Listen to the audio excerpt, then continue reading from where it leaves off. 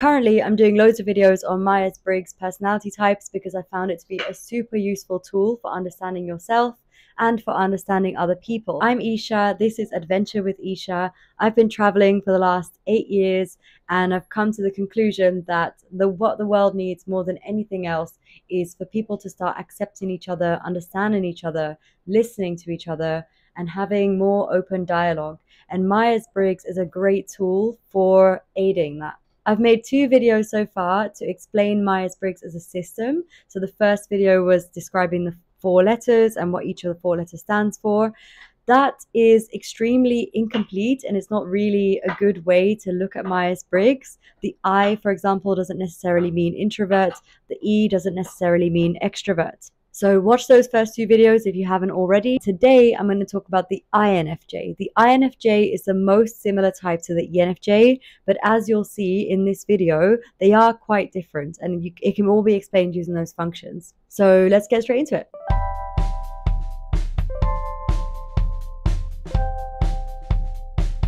INFJs then, they are the closest thing we have to wizards in humanity. They are very perceptive, very intuitive, and can often see a few steps ahead of everybody else, which makes them quite mystical in a way. The name for INFJ on the 16 Personalities website is Advocate, and that's because they often are deep feelers. They tend to care a lot. They're very deep feelers. They tend to care a lot. They're probably one of the deepest types in all of the 16. The INFJ's function stack looks like this.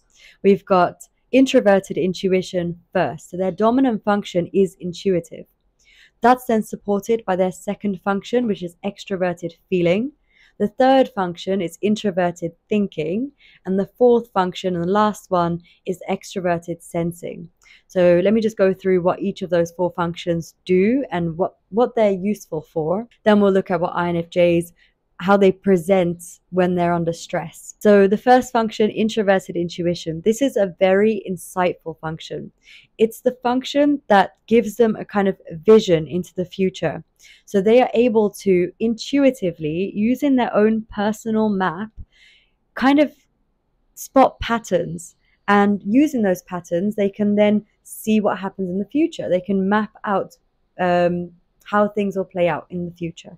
So INFJs are very future-oriented people. Quite often, in fact, they're so good at that, the biggest struggle for them is actually to remain present, as we'll see in a moment. But they're very good. That's their superpower, is being able to see a few steps ahead of everybody else intuitively. Their second function, which supports this first dominant function, their second function, which is called an auxiliary function, is extroverted feeling, which is other people's feelings, how other people are in the group are feeling about a situation. What this means is they're very good at guiding people. So INFJs are often the therapist friend, right? They're often the friend who kind of you go to for help because they're so good at navigating life. They're an IJ type, meaning they're INFJ or IJ, meaning they're very focused on processes and systems often. We saw in the last video the ENFJ, the EJ types, they tend to be kind of group oriented. They're all about the tribe, the people, the group of people around you. The INFJ is much more about systems and processes and kind of just helps things run smoothly. That this is true for all the IJ types. So we've got introverted intuition, extroverted feeling. The third function is introverted thinking, which is an analytical function, and it's all to do with their own personal system of logic. So they kind of logically analyze situations to come to conclusions. And this is their third function, so it's not quite as strong as their dominant and auxiliary functions. And then finally, the inferior function, the thing that's going to trip up an INFJ throughout their life, the thing that's a struggle for them, has probably always been a struggle for them, is extroverted sensing, which is being in the moment right now with your senses, right? Extroverted sensing. So it's the external world and how you relate to it with your senses. So INFJ struggle to be present, as I mentioned. So introverted intuition is their dominant function. The opposite of that, so the opposite of seeing into the future, is extroverted sensing, which is being here in the moment, in the real world. If you're an INFJ watching this, let me know in the comments if that describes you accurately, or if there's anything you would change about that. These functions, they've been described in many different ways by many different people. This is the way that I describe them, and it's made sense to me so far. But of course, let me know if you're an INFJ, what you make of this description. Let's move on to look at what happens to an INFJ when they are stressed out. When an INFJ is stressed, what happens is they skip their second function. The INFJ will go from introverted intuition to introverted thinking, back to introverted intuition, back to introverted thinking.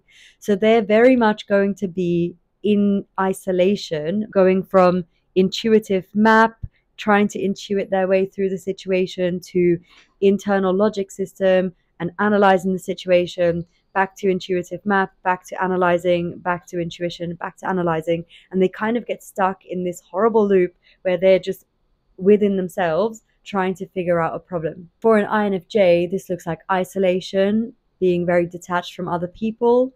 It looks like emotional detachment from other people. Remember, they're skipping their second function, which is extroverted feeling, which is about other people's emotions. So if they're skipping their second function, they are essentially very out of touch with other people. They can feel a little bit out of sync with other people as well, because they're just stuck in their own minds trying to figure out the answer to a problem. So what happens is they might end up overthinking a lot. So if you are an INFJ and you're stressed and you're in this loop of NI to TI, NI to TI, the thing to do is come back to that second function.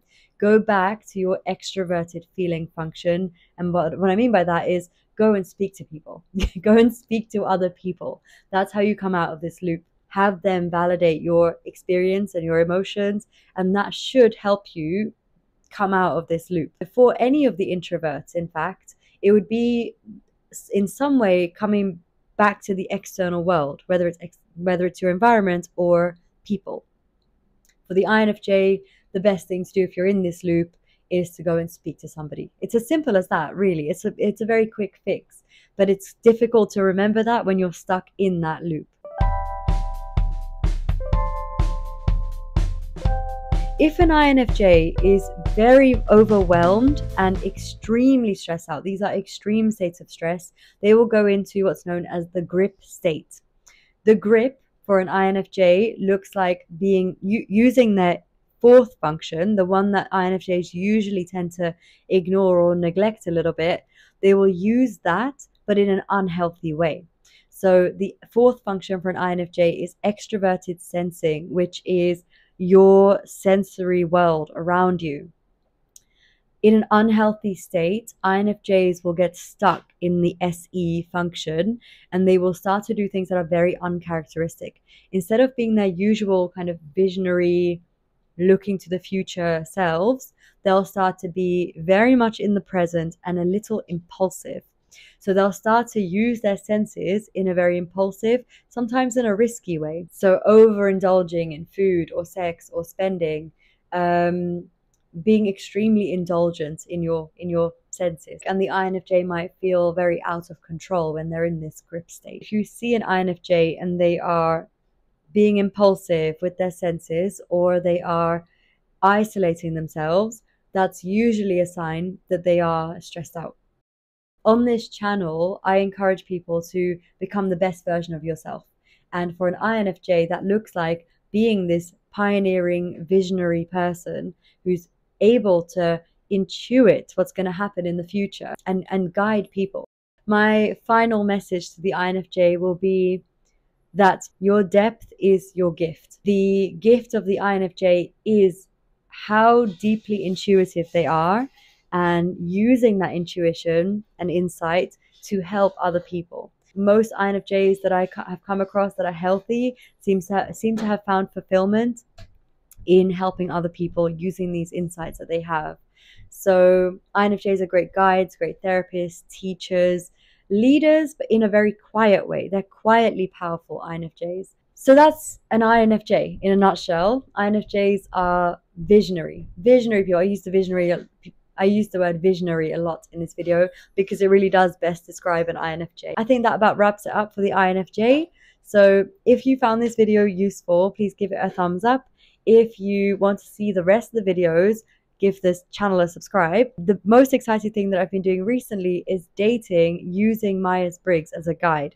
So for the last year or so, I've been going on dates with people, asking about their MBTI and collecting a lot of data about what it's like as an ENFP to date the other types. So those videos will come. It's been really interesting, and a lot of it actually has confirmed the Myers-Briggs as a theory for me.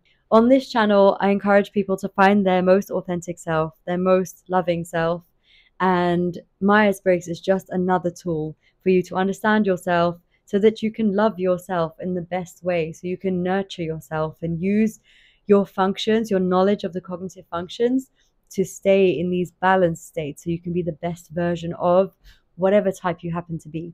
So that's it for the INFJ. Tune in for the next video. And if you haven't seen it yet, I've done one on the ENFJ. If you're still new to Myers-Briggs, I've done a couple of introduction videos. Go check those out. And otherwise, embody love for yourself and for everyone else. I'll see you in the next video. Bye.